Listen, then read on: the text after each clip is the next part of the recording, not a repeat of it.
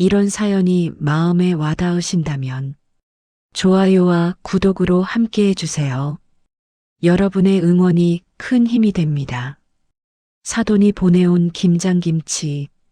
그 김치를 먹고 3일간 기억을 잃었다. 사람이 사흘을 잃어버릴 수 있다는 걸 저는 예전엔 믿지 않았습니다. 하지만 제 인생에서 정확히 3일이 사라졌습니다. 그 시작은 사돈이 보내온 김장김치였습니다. 그날은 평범한 겨울 저녁이었습니다. 찬 공기가 현관문 틈으로 스며들고 바닥은 유난히 차갑게 느껴졌습니다. 문 앞에 놓인 스티로폼 박스를 들여왔고 뚜껑을 여는 순간 갓 담근 김치 냄새가 확 올라왔습니다. 붉은 양념, 노랗게 잘 절여진 배추 속 보기만 해도 정성이 느껴졌습니다. 사돈은 김치를 많이 담갔다며 맛을 보라고 했습니다. 저는 별 생각 없이 그날 저녁 밥상에 그 김치를 올렸습니다. 한 입 먹었습니다. 맵지도 않고 시지도 않고 딱 알맞게 맛있었습니다. 그리고 그게 제 마지막 또렷한 기억입니다. 그 이후의 시간은 완전히 비어 있습니다. 눈을 떴을 때는 병원이었습니다. 형광등 불빛이 천장에서 내려왔고 기계 소리가 규칙적으로 울리고 있었습니다. 달력은 제가 기억하는 날짜보다 사흘이나 지나 있었습니다. 저는 이해하지 못했습니다. 제 머릿속에는 분명 김치를 먹던 저녁이 가장 마지막 장면이었으니까요. 하지만 주변 사람들의 표정은 웃고 있지 않았습니다. 걱정, 놀람, 그리고 설명하기 어려운 긴장감이 공기처럼 떠 있었습니다. 그제야 저는 알게 되었습니다. 제가 그 사흘 동안 전혀 다른 사람이었다는 사실을요. 그 3일 동안의 제 행동을 하나씩 듣게 되었습니다. 가족을 의심했고, 목소리를 높였고, 평소에는 절대 하지 않을 말을 했다고 했습니다. 저는 그 모든 이야기를 들으면서도 아무 장면도 떠오르지 않았습니다. 마치 다른 사람의 이야기를 전해 듣는 기분이었습니다. 통화 기록도 남아 있었습니다. 제가 기억하지 못하는 전화들이 선명하게 찍혀 있었습니다. 그 숫자들을 바라보면서 저는 점점 숨이 가빠졌습니다. 제가 아닌 제가 어딘가에 존재했던 겁니다. 집으로 돌아온 뒤 냉장고를 열었습니다. 김치통이 그대로 있었습니다. 뚜껑을 열어 한참을 들여다봤습니다. 왜 하필 김치를 먹은 날부터일까? 왜 하필 사돈이 보낸 김치였을까?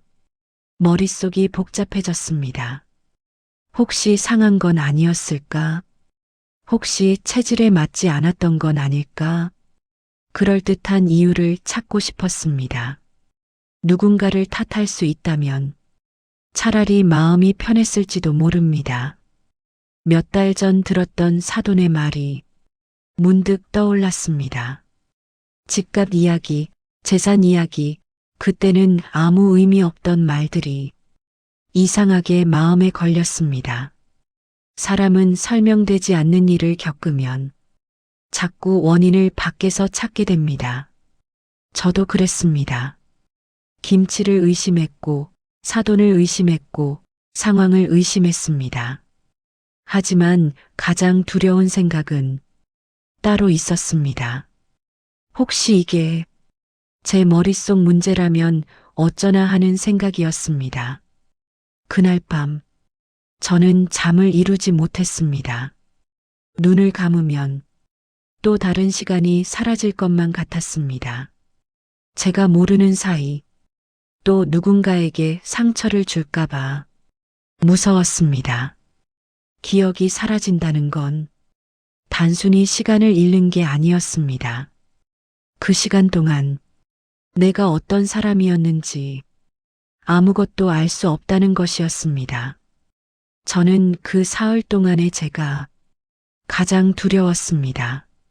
그리고 아직 그때는 몰랐습니다. 병원에서 듣게 될 말이 김치보다 그 사흘보다 훨씬 더 무서울 거라는 걸요. 병원에 다시 가자는 말을 들었을 때 저는 괜히 예민해졌습니다. 이미 한 번 검사했고 큰 이상은 없다는 이야기를 들었는데 왜 또 가야 하는지 이해되지 않았습니다. 하지만 솔직히 말하면 저는 알고 있었습니다. 무언가가 잘못되었다는 걸요. 검사실에 앉아 간단한 질문들을 받았습니다.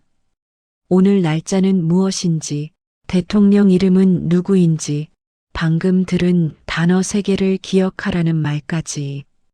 예전 같았으면 아무렇지 않게 대답했을 질문들인데 그날은 이상하게 머리가 느렸습니다. 단어 하나가 입안에서 맴돌다 사라졌습니다. 순간 심장이 쿵 내려앉았습니다. 이건 긴장해서 그런 거라고 스스로를 다독였습니다. 나이가 들면 누구나 단어 하나쯤은 깜빡할 수 있는 거라고. 하지만 제 안에서는 다른 목소리가 조용히 올라오고 있었습니다. 최근 몇 달 동안 이상했던 순간들이 떠올랐습니다. 가스불을 켜놓고 나온 적이 있었고, 시장에 가서 왜 왔는지 잠시 멍해진 적도 있었습니다. 손에 휴대전화를 들고 있으면서 한참을 찾은 적도 있었습니다. 그때마다 저는 나이 탓이라고 넘겼습니다. 피곤해서 그런 거라고, 스트레스 때문이라고. 그런데 이제는 그 조각들이 하나로 이어지는 느낌이었습니다. 검사가 끝난 뒤 복도 의자에 앉아 있었습니다. 하얀 벽, 양 냄새, 희미한 발걸음 소리. 괜히 김치 생각이 났습니다. 차라리 그 김치 때문이었으면 좋겠다고 속으로 몇 번이나 되뇌었습니다. 상한 음식 때문이었다고, 일시적인 쇼크였다고, 며칠 지나면 괜찮아질 일이라고 누군가 말해주기를 바랐습니다. 원인이 밖에 있으면 저는 피해자일 수 있으니까요. 하지만 원인이 제 안에 있다면 그건 전혀 다른 이야기였습니다. 며칠 뒤 검사 결과를 들으러 다시 병원에 갔습니다. 의사의 얼굴은 지나치게 차분했습니다. 그 표정을 보는 순간 저는 이미 알았습니다. 이건 김치 이야기가 아니라는 걸. 최근의 기억 공백은 외부 요인보다는 인지 기능 저하와 관련 있어 보인다는 말. 아직 확정은 아니지만 초기 단계 가능성을 배제할 수 없다는 말. 그 말을 듣는 순간 머릿속이 텅 비는 느낌이었습니다. 치매라는 단어는 직접 나오지 않았지만 그 주변을 맴돌고 있었습니다. 저는 그 자리에 앉아 한참을 움직이지 못했습니다. 김치가 아니었다는 안도감과 제 머릿속 문제일지도 모른다는 공포가 동시에 밀려왔습니다.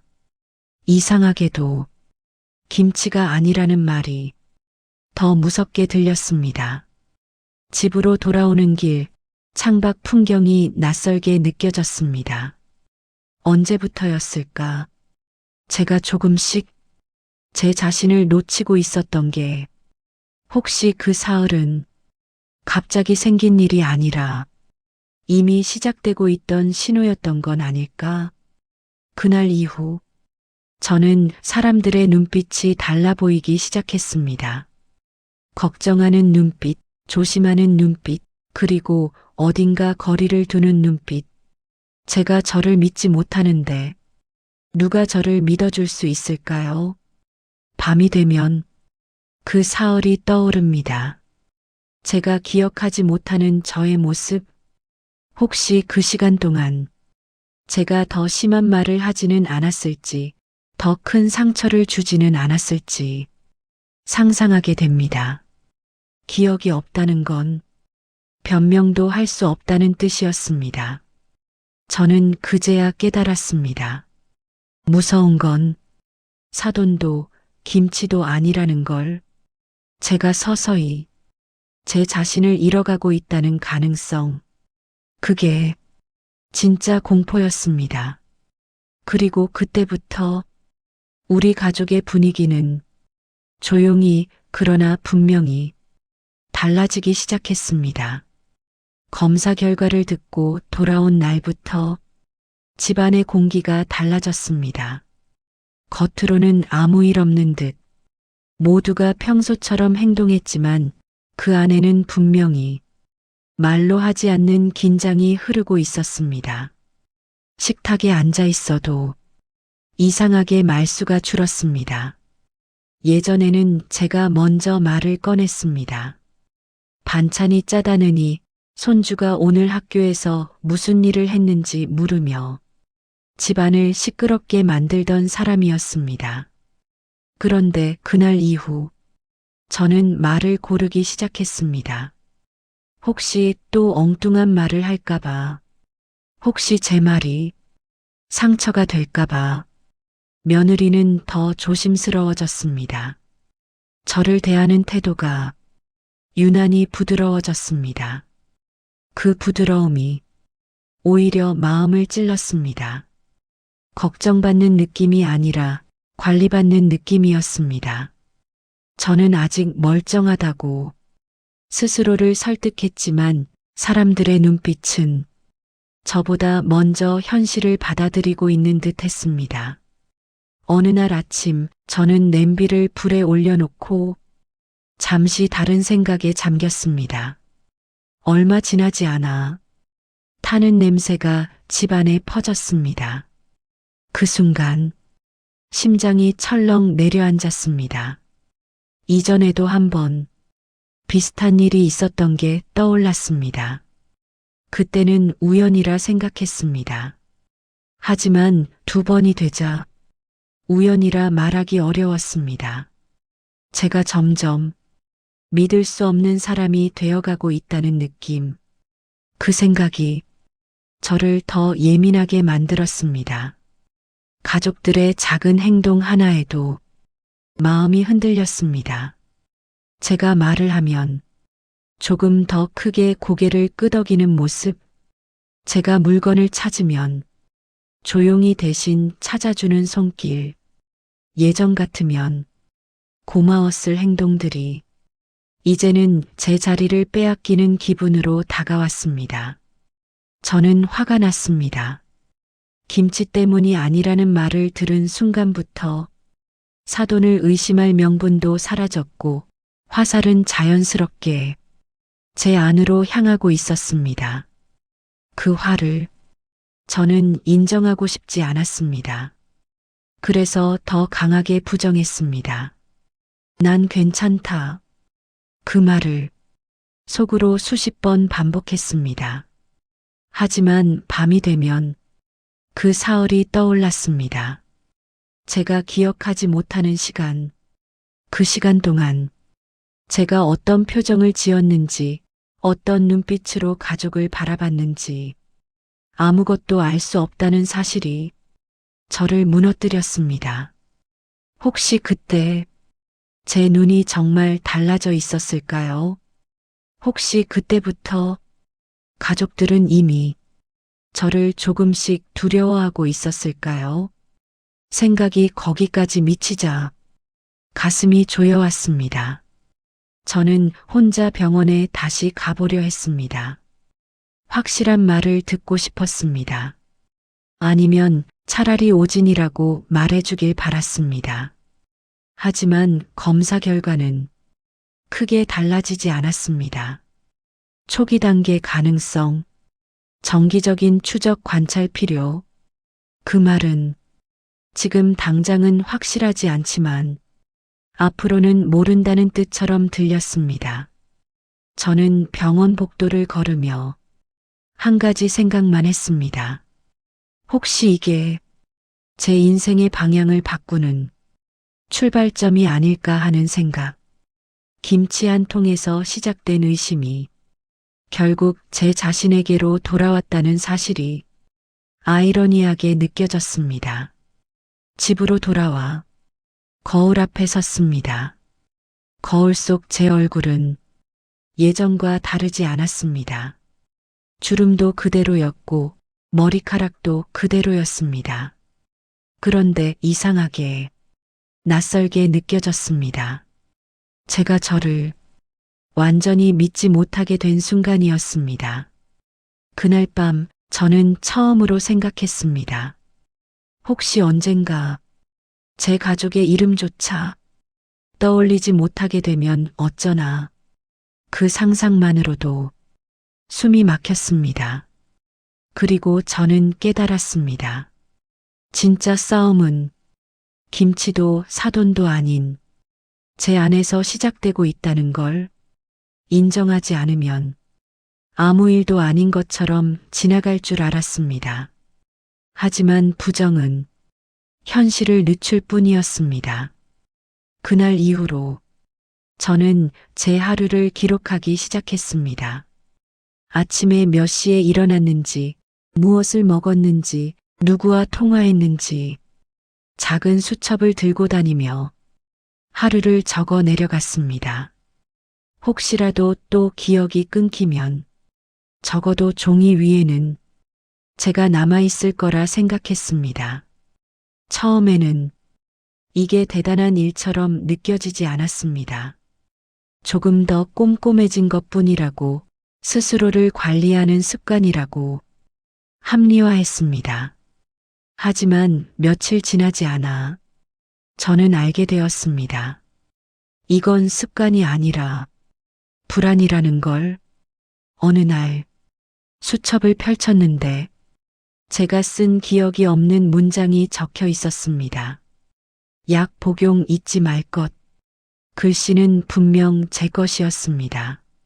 하지만 저는 그 문장을 쓴 순간이 떠오르지 않았습니다. 그때 가슴이 내려앉았습니다. 혹시 또 기억이 비어 있었던 걸까? 혹시 아주 짧은 순간들이 이미 조금씩 사라지고 있는 걸까? 저는 수첩을 덮고 한동안 움직이지 못했습니다. 이건 더 이상 김치로 돌릴 수 있는 문제가 아니었습니다. 그날 저녁 식탁에서 아무 말도 하지 않았습니다.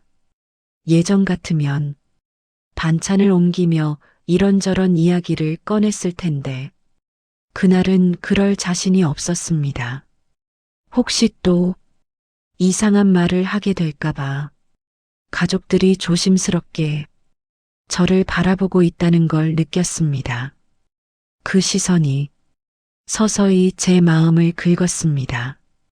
저는 결국 참지 못하고 혼자 방으로 들어갔습니다. 문을 닫고 나서야 숨이 제대로 쉬어졌습니다. 눈물이 났습니다. 무서워서가 아니라 억울해서였습니다. 왜 하필 나일까?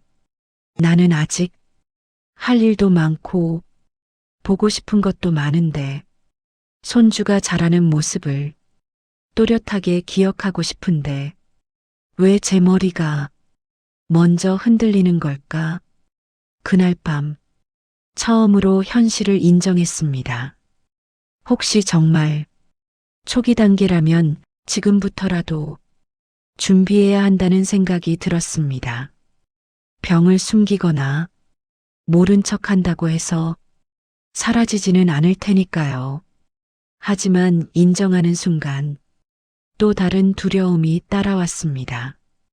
혹시 가족들에게 짐이 되면 어쩌나? 혹시 어느 날 제가 제 가족을 의심하게 되면 어쩌나? 그 사흘 동안처럼 제가 아닌 제가 다시 나타나면 어쩌나? 그 생각이 저를 가장 무섭게 만들었습니다. 저는 조용히 김치통을 꺼냈습니다. 아직도 반쯤 남아 있었습니다. 처음엔 그 김치를 원망했습니다. 그 김치가 이 모든 일의 시작이라고 믿고 싶었습니다. 하지만 이제는 알았습니다. 그건 시작이 아니라 신호였다는 걸. 이미 조금씩 금이 가고 있던 기억이 그날 우연히 크게 드러났을 뿐이라는 걸. 저는 김치를 버리지 않았습니다. 그 대신 김치통을 보며 스스로에게 말했습니다. 이건 남 탓이 아니라고. 도망치지 말자고. 다음 날 아침 가족들 앞에 앉았습니다. 그리고 처음으로 제 입으로 말했습니다. 저를 정기적으로 검사받게 해달라고, 혹시 이상해 보이면 솔직하게 말해달라고. 그 말을 꺼내는데 생각보다 많은 용기가 필요했습니다. 하지만 말하고 나니 조금은 숨이 쉬어졌습니다.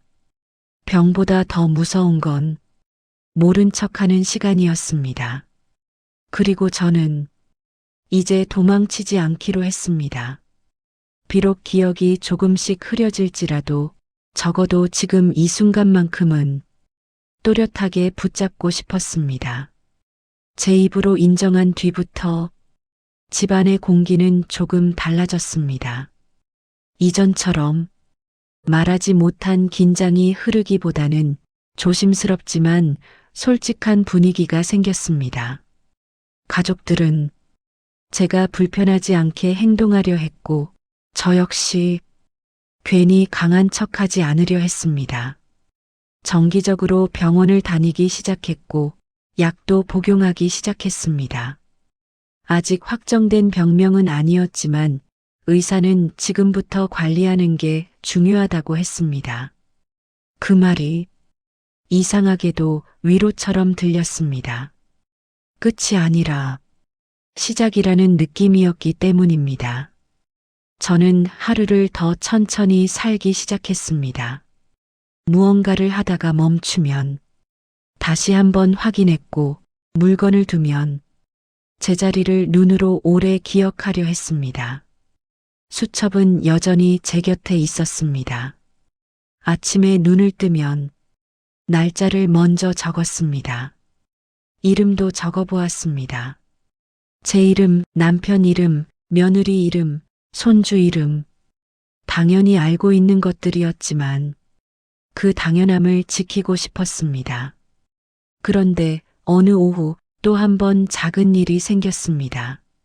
손주가 학교에서 돌아와 제 앞에 섰습니다. 환하게 웃으며 무언가를 자랑하려 했습니다. 그 순간 이름이 떠오르지 않았습니다. 얼굴은 분명히 제 손주인데 이름이 입안에서 맴돌다 사라졌습니다. 아주 짧은 순간이었습니다. 하지만 제겐 그 사흘만큼 길게 느껴졌습니다. 저는 아무렇지 않은 척 미소를 지었습니다. 그리고 잠시 후 이름이 다시 떠올랐습니다. 하지만 그 몇 초 동안 제 심장은 세게 뛰고 있었습니다. 이건 단순한 깜빡임일까요? 아니면 시작일까요? 그 질문이 머릿속을 떠나지 않았습니다. 그날 밤 저는 처음으로 미래를 상상했습니다. 언젠가 제 기억이 더 많이 흐려진다면 저는 어떤 사람이 되어 있을까요? 사랑하는 사람을 낯선 사람처럼 바라보게 된다면 그건 얼마나 슬픈 일일까요? 그 생각에 눈물이 났습니다. 하지만 이번에는 억울함보다는 두려움이 더 컸습니다. 저는 김치통을 다시 꺼냈습니다. 처음엔 원망했고 다음엔 신호라 생각했던 그 김치. 이제는 다르게 보였습니다. 그날 김치를 먹지 않았더라도 언젠가는 이 문제를 마주했을지도 모릅니다. 그 사흘은 피할 수 없는 시간을 조금 일찍 보여준 것일지도 모릅니다. 저는 조용히 김치를 덜어 마지막으로 한 입 먹었습니다. 여전히 맛은 같았습니다. 맵지도 시지도 않은 평범한 김치 맛. 문제는 김치가 아니었습니다. 그날 이후 저는 한 가지를 결심했습니다.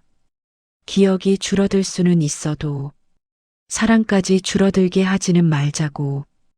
혹시 제가 같은 말을 반복하더라도, 혹시 같은 질문을 또 하더라도 적어도 제 마음만은 분명하게 남기고 싶었습니다. 기억은 흐려질 수 있지만 태도는 남을 수 있다고 스스로에게 말했습니다.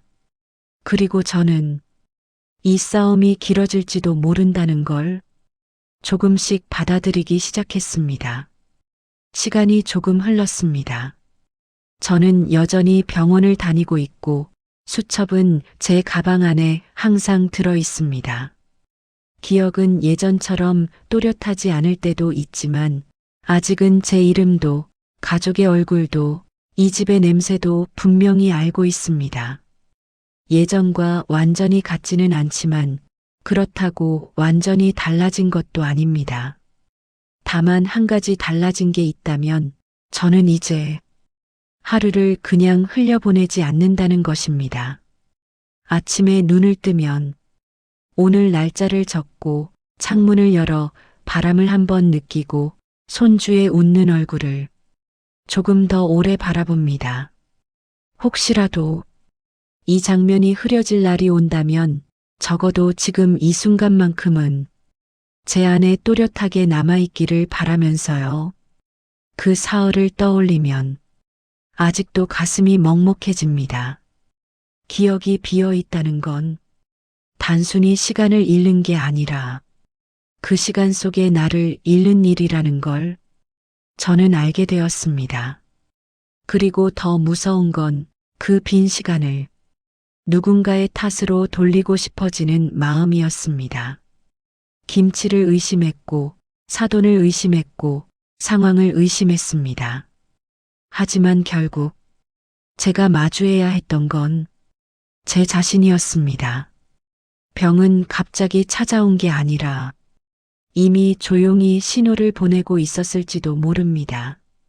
우리는 그 신호를 나이 탓으로, 피곤 탓으로, 남 탓으로 넘기고 있었을지도 모릅니다. 저는 이제 압니다. 기억이 조금씩 흐려질 수는 있어도 사람의 마음까지 사라지는 건 아니라는 걸.